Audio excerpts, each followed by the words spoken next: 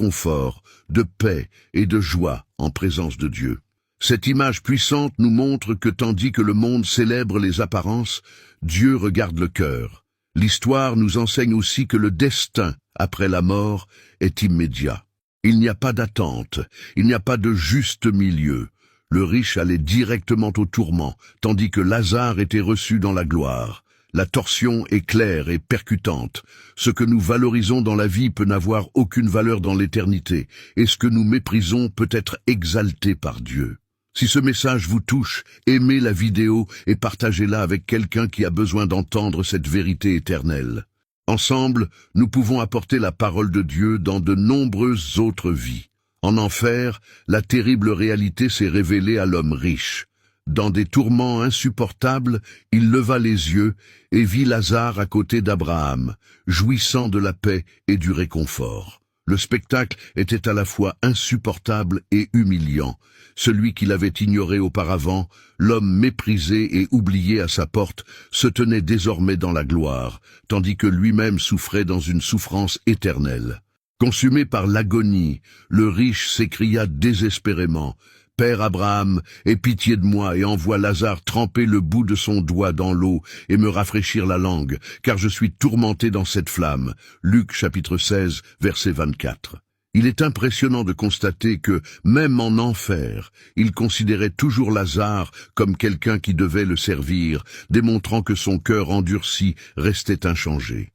Abraham répondit par des paroles solennelles et irrévocables. « Mon fils, souviens-toi que tu as reçu tes bonnes choses dans ta vie, et que Lazare a aussi reçu de mauvaises choses, mais maintenant il est consolé ici, et vous êtes dans le tourment. » Luc, chapitre 16, verset 25.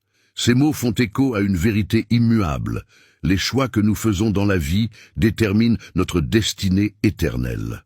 L'homme riche avait tout ce qu'il voulait sur terre, mais il négligeait ce qui comptait vraiment, sa relation avec Dieu et sa responsabilité envers les autres. Sa richesse le rendait aveugle aux besoins spirituels et à la souffrance des autres. Désormais, en enfer, il récoltait les fruits de son indifférence et de son égoïsme. Cette scène nous confronte avec force. Comment vivons-nous nos vies? Sommes-nous en train d'amasser des trésors pour cette terre éphémère ou pour l'éternité avec Dieu? Abraham révéla à l'homme riche une vérité profonde et terrifiante. Et en plus de tout cela, il y a un grand abîme entre nous et toi, de sorte que ceux qui voulaient passer d'ici vers toi ne le pouvaient pas, et ceux de là-bas ne pouvaient pas non plus passer vers toi. Nous, Luc chapitre 16, verset 26. Ce gouffre n'était pas seulement physique, mais spirituel, une barrière infranchissable qui reflétait la séparation éternelle entre le confort promis par Dieu et les tourments destinés à ceux qui rejetaient sa vérité. Le grand abîme n'était pas une injustice, mais une conséquence. L'homme riche, dans sa vie, a eu toutes les occasions de chercher Dieu, de faire preuve de compassion, de regarder au-delà de ses propres plaisirs. Cependant, il a choisi d'ignorer l'appel de Dieu et de vivre uniquement pour lui-même. Désormais, en enfer, ses lamentations étaient inutiles, car le temps du repentir était déjà passé. Cette séparation est un rappel choquant de la gravité de nos choix de vie. Pendant que nous sommes dans ce monde, nous avons la chance de nous tourner vers Dieu, de nous repentir de nos péchés et de mener une vie qui reflète son amour et sa justice. Mais lorsque le dernier moment arrive, le sort est scellé. Il n'y a plus aucun moyen de changer le chemin que nous choisissons. Pour l'homme riche, l'abîme était le symbole de son rejet des choses éternelles. Il vivait pour l'instant présent, pour un plaisir éphémère, mais négligeait de se préparer à l'éternité.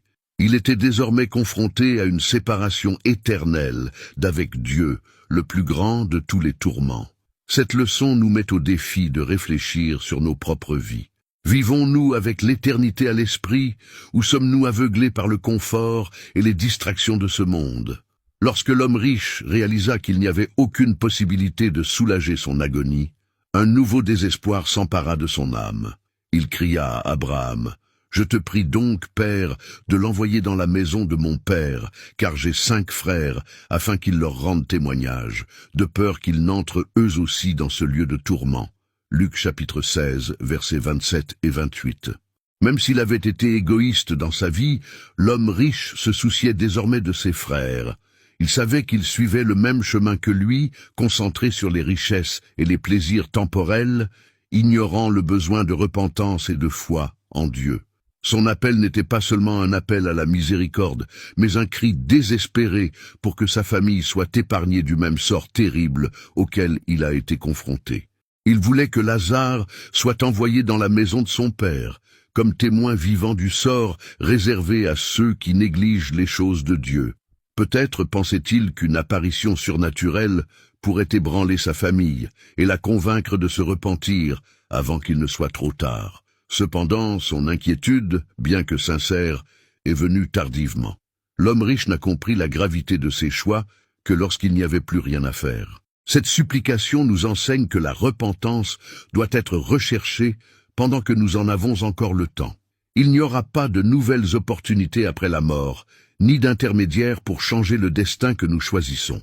Le souci de l'homme riche pour ses frères nous incite également à regarder ceux qui nous entourent. Partageons-nous l'Évangile avec notre famille et nos amis? Vivons-nous d'une manière qui pointe vers le salut en Christ? Abraham répondit avec une sagesse divine, « Ils ont Moïse et les prophètes, écoutez-nous » Luc chapitre 16 verset 29. Avec cela,